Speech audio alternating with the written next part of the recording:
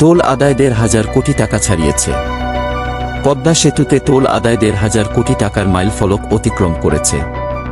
সেতু ২০২২ সালের ২৬ জুন চালুর পর শনিবার রাত ১২টা পর্যন্ত ২২ মাসে ১,১২,৯১,০৯৫টি যান পারাপারে টোল আদায় হয় ১,৫০২,৬২,১৫,৯০০ টাকা।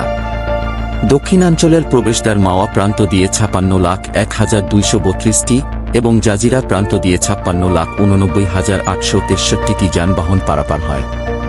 পদ্মা সেতু কর্তৃপক্ষের অতিরিক্ত পরিচালক আমিরুল হায়দার চৌধুরী জানান, সেতুটি চালুর পর ১ মিনিটের জন্য বন্ধ হয়নি। নিরবচ্ছিন্ন সেবা দেওয়া হচ্ছে রাত-দিন। এদিকে গড়ে প্রতিদিন ২ কোটি টাকারও বেশি টোল আদায় হয়। আর পদ্মা সেতুতে একদিনে টোল আদায়ের রেকর্ড প্রায় ৫ কোটি টাকা।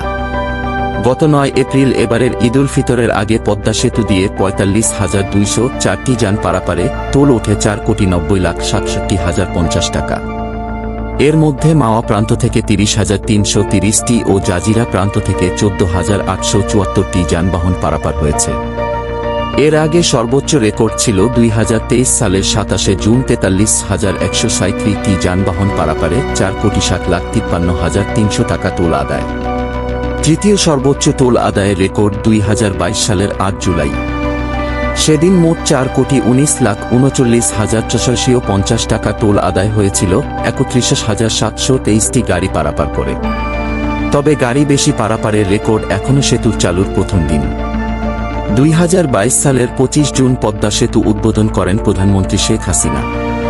পরদিন ২৬ জুন যানবাহন পারাপারের জন্য সেতুটি খুলে দেওয়া হয়। সেদিন পদ্মা সেতু দিয়ে ৫১,৩১৬ যানবাহন পাড়ি দেয়। এ পর্যন্ত পদ্মা সেতু দিয়ে এটিই সর্বোচ্চ যানবাহন পারাপারের রেকর্ড। পদ্মা সেতু টোল আদায়ের এই মাইলফলক অতিক্রম করায় প্রকল্প এলাকায় উচ্ছ্বাস বিরাজ করছে।